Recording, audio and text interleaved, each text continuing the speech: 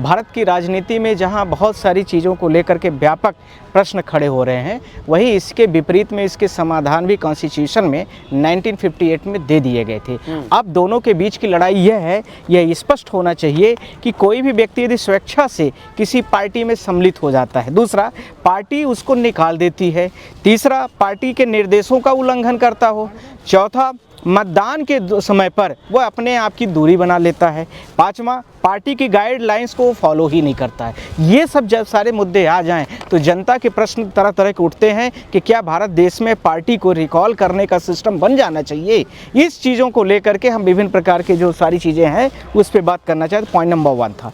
Point number 2, वर्तमान में आप सबको पता है कि आज से 2-3 दिन पहले आम आदमी पार्टी के 2/3 सांसद, अर्थात 2/3 का मतलब 2/3 हिस्सा टोटल मिलाकर के चले गए और वो बीजेपी में जाकर के शामिल हो जाते हैं।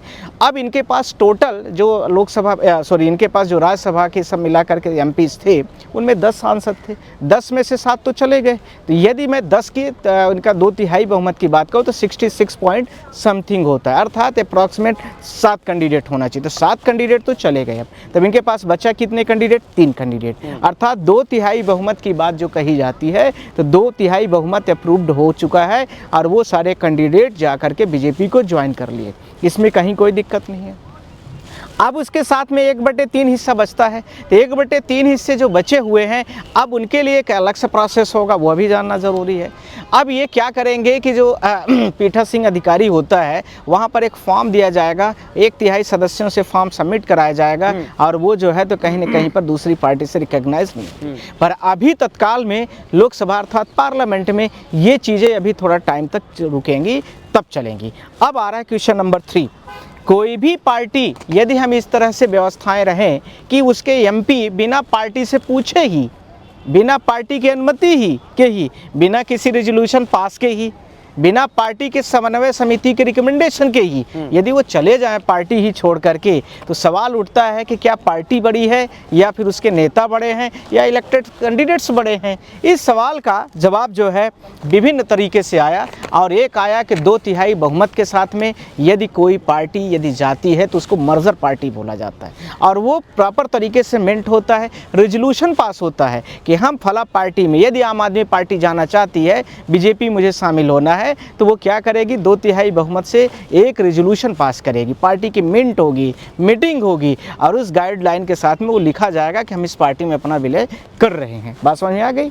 अब इसी के साथ में आता है कि यदि पार्टी के कैंडिडेट जा रहे हैं तो पार्टी से परमिशन की तो ज़रूरत पड़ेगी, ऐसे तो कोई भी चला जाएगा। तो यहाँ पर तो लिया नहीं गया है, यहीं पर आकर के पूरा दांव पेच पूरा फंसना शुरू हो रहा है। दल बदल कानून की जो प्रक्रिया थी 1970 की जो सेंचुरी है, 1970 वाली सेंचुरी, वह हरियाणा का एक कैंडिडेट एक दिन में 3 बार पक्ष में विपक्ष में क्रमशः वोट डालता रहा और उसी समय पर उस व्यक्ति के नाम पर आया राम गया राम की एक बहुत बड़ा जजमेंट आता है और उसमें 5 चीज़ों को रिकमेंडेशन दे दिया जाता है कि आया राम गया राम भविष्य में न पुनरावृत्ति हो उसकी। तो 2 तरीके से, अर्थात विधानसभा में भी आया राम गया राम लागू होना चाहिए और इसके साथ में लोकसभा में भी लागू होना चाहिए। तो आया राम गया राम की जो प्रक्रिया हुई और वो किसके लिए हुई? दल बदल कानून के नाम से जाना गया और उसी का नाम क्या रख दिया गया? एंटी डिफेक्शन लॉ, जिसकी व्याख्या आर्टिकल्स 101,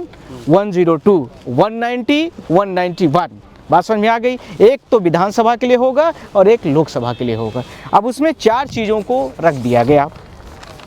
अब वो 4 चीज़ें क्या क्या हैं यह आप सबको जानने की ज़रूरत है कि उन किन 4 चीज़ों को लेकर के ये कोई भी व्यक्ति के ऊपर ये नियम कानून लगाया जाएगा। पहला, इसमें स्पष्ट पॉइंट कहा गया कि कोई भी कैंडिडेट यदि जा करके पार्टी किसी और पार्टी को ज्वाइन कर लेता है, पहला उसमें 5 पॉइंट है, 5 पॉइंट के आधार पर पूरी रूपरेखा बनाई गई है और विधानसभा और लोकसभा के लिए दोनों के सेम पेरीमीटर है, यह भी आवश्यक है जानना। अब इसके साथ में कोई भी व्यक्ति अपने से चला गया, मान लीजिए मैं किसी पार्टी का सदस्य हूँ, मैं इलेक्टेड मेंबर हूँ, अपने पर उदाहरण में समझा रहा हूँ, और मैं चला गया किसी और पार्टी में, एक्स पार्टी में, सो एंड सो पार्टी में चला गया, ज्वाइन कर लिया, तब मेरे ऊपर दल बदल कानून लगेगा। पहला। दूसरा, पार्टी ने हमको बहिष्कृत कर दिया कि मिश्रा जी हमारे पार्टी की गाइडलाइन को नहीं फॉलो करते हैं। ये राज्यसभा के सदस्य भी हैं या मान लीजिए लोकसभा के सदस्य हैं या इन दोनों में से ये नहीं हैं तो विधानसभा के ही सदस्य हैं, तो उसको नहीं फॉलो करते, इसलिए इस प्रक्रिया को उन्होंने ऐसा कर दिया। अब पॉइंट नंबर आ रहा है 3 इसके साथ में। अब ये प्रक्रिया इसमें ऐसी भी रखी गई है कि जिसमें दल बदल कानून लगेगा ही नहीं, वो है 2/3 बहुमत के साथ में पार्टी का मर्जर। मेरी बात समझ में आ रही है? यही राघव चड्ढा जी लंदन में रह करके इसी की खिचड़ी 1 महीने से पका रहे थे कि हमारे ऊपर हम ऐसा कुछ बना लें कि हमारे ऊपर दल बदल कानून लगे ही नहीं। तो 2/3 वाला शब्द तो उनके पास आ गया, राज्यसभा के एमपी भी उनके पास आ गए 7-10 में से, तो वो भी पूरा हो गया। पर एक जगह पेच जा कर के फंसा, वो क्या था जिसकी व्याख्या अभी तक 1958 के एक्ट में 52वां संशोधन जो अमेंडमेंट एक्ट था उस पर आज तक नहीं हुई है। और वही चीज़ गोवा के साथ भी हुई थी, जब कांग्रेस के 15 MLA जीते थे, 10 MLA जाकर के बीजेपी में जीत जाते, मर्ज हो जाते हैं, और उसके साथ में वो आज तक SLP पेंडिंग है। तो सिमिलर यहाँ पर भी वही क्वेश्चन फिर से खड़ा हो गया। अब इसके लिए क्या है, अगला पार्टी जब मर्जर है तो उसके लिए मिंट होगा, उसके लिए अमेंडमेंट होगा, उसके लिए वहाँ पर पूरा मेमोरेंडम पास होगा और 2/3 बहुमत के साथ में पार्टी घोषणा करेगी कि मैं फला व्यक्ति के फला पार्टी के साथ में मैं मर्ज होने जा रहा हूँ। पर यहाँ पर ये नहीं हुआ है, केजरीवाल ने किसी को परमिशन नहीं दिया है, और जो उनके MLAs और MPs और जो उस बॉडीज़ के मेंबर हैं किसी ने भी नहीं दिया है। तो फिर दिया किसने है? इन्होंने अपने से आम सहमति बना लिया और डेमोक्रेसी का एक फॉर्मेट लिया कि इस प्रकार की यदि प्रक्रिया होती है कि 2/3 बहुमत से लोग चले जाते हैं तो फिर ऐसे लोगों को चले जाना चाहिए। इस आधार पर, क्योंकि डेमोक्रेसी है, मुझे लगता है कि इसके आधार पर भारत देश में एक बड़ी डेडलाइन खींची जाने वाली है, और वो जैसे ही ये आएगी SLP आने ही वाली है। अब इसके लिए यदि संबंधित पार्टी, यहाँ पर आम आदमी पार्टी है, उसके MPs गए हैं, तो संबंधित पार्टी यदि राज्यसभा का कैंडिडेट जा रहा है या लोकसभा का जाए तो राज्यसभा का जाएगा, तो राज्यसभा के उपराष्ट्रपति के पास जाएगा, एक प्रेजेंटेशन मेमोरेंडम दिया जाएगा, जो कि आम आदमी पार्टी के अभी के वर्तमान के जो हैं संजय सिंह, कौन है, संजय सिंह ने, शायद मुझे लग रहा है उन्होंने दिया है प्रेजेंटेशन, मेमोरेंडम दिया है, और वकील के प्रेजेंटेशन के साथ में दिया है। अब इसमें 2 चीज़ें आएंगी, कोई भी प्रक्रिया जो पूरी की जा रही है, ये मेमोरेंडम इसलिए उपराष्ट्रपति को दिया गया क्योंकि राज्यसभा के सदस्य गए हैं। यदि यही कैंडिडेट लोकसभा के गए होते तो ये सारे किसके पास लेके जाते? लोकसभा के ओम बिरला के पास जाते सारे लोग। तो यहाँ पर ये प्रक्रिया होगी। अब इसी के साथ में आर्टिकल 101 में ही इसमें डेडलाइन भी दे दी गई, नहीं तो बहुत सारे लोग प्रेजेंटेशन दे देते थे और भूल जाते थे, 6 महीने, 6 साल, 5 साल, जैसे वो होता है वीटो बिल वाला हिसाब किताब। तो इसमें आर्टिकल 101 में के आर्टिकल्स पॉइंट नंबर 3 सब पॉइंट्स में 3 में 2 चीज़ें बड़ी स्पष्ट लिखी गई।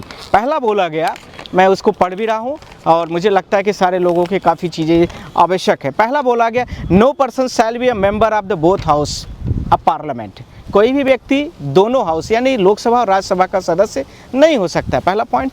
दूसरा पॉइंट उसके साथ में आता है, तो लोकसभा राज्यसभा का हो गया तो विधानसभा विधान परिषद का भी बनना चाहिए, अर्थात MLA के लिए भी लागू होते। तो इसका सब आर्टिकल्स कहता है 101 का 2 पॉइंट, वो कहता है कि no person shall be a member of the both house of the Vidhan Sabha, correct, Vidhan Sabha और विधान परिषद, ये भी क्लियर हो गया। अब इसका 3rd पॉइंट कहता है जो यहाँ पर लागू हो रहा है, डिसक्वालीफाइड पर्सन्स। डिसक्वालीफाइड कौन हो गया? जिसको पार्टी ने डिसक्वालीफाइड कर दिया, या उसके साथ में राज्यसभा के ये जा रहा है तो वहाँ पर उपराष्ट्रपति ने डिसक्वालीफाइड कर दिया, या लोकसभा में जा रहा है तो लोकसभा का जो स्पीकर है उसने डिसक्वालीफाइड कर दिया। वो व्यक्ति न तो उस किसी मिनिस्ट्री के काबिल होगा और न ही उस समय के दौरान पर न हुई किसी भी लोकसभा या किसी भी समिति का वो सदस्य बन पाएगा। तो वो उसमें कहा गया कि चेयरपर्सन अब जो होगा, चेयरपर्सन अर्थात लोकसभा या राज्यसभा जिसका भी मेंबर होगा, या विधान परिषद या विधानसभा जो भी होगा, उसको 60 डेज के अंदर में, अर्थात जो संजय सिंह ने अभी एप्लीकेशन दिया है 60 दिन की इसकी वैलिडिटी थी, और 60 दिन के अंदर में इनको ये प्रेजेंटेशन को डिसाइड करना मैंडेट कर दिया गया। मेरी बात समझ, अर्थात ये 60 दिन तक खेला पार्लियामेंट में भी चलने वाला है यदि ये प्रेजेंटेशन अभी तक डिसाइड नहीं हुई तो। मेरी बात समझ में आ रही है आपको? अब इसके साथ में with in 60 periods of this times जो प्रेजेंटेशन और एप्लीकेशन जो भी है, ये 60 दिन के अंदर में यदि ये डिसाइड नहीं होती है तो ये सारे लोग के पास 2 रेमेडी। पहली रेमेडी, नंबर 1, पहली रेमेडी होगी कि ये सीधा प्रेजेंटेशन को लेकर के सुप्रीम कोर्ट आ जाए। कि अभी तक हमारा पेंडेंसी पड़ी हुई है, तो सुप्रीम कोर्ट सीधा रिमांड बैक करेगा कि आप सीधा अभी लोकसभा के स्पीकर के पास जाइए या राज्यसभा के उपराष्ट्रपति के पास जाइए। पहला तो यदि प्रेजेंटेशन डिसाइड हो गया तो उसी प्रेजेंटेशन में जिन्हीं ग्रबियांस के साथ में वो उनके साथ में गए थे उसी कॉपी को लेकर के आ जाएंगे सीधा सुप्रीम कोर्ट में और ये कहेंगे कि डायरेक्शन दिया जाए कि जो दल बदल कानून है इसकी व्यापक व्याख्या है और इस व्याख्या के अंतर्गत में इन्होंने पार्टी से नहीं पूछा है और सीधा का सीधा ये अपने से ही ज्वाइन कर लिए, तो ऐसे तो भारत देश की कोई भी पार्टी अस्तित्व में बचेगी ही नहीं। तो फिर क्या होना चाहिए? तो फिर आम आदमी पार्टी के जो यहाँ के मुख्य संयोजक है केजरीवाल जी, वो कहाँ जाएंगे? वेस्ट बंगाल में जाके रोना धोना शुरू करेंगे।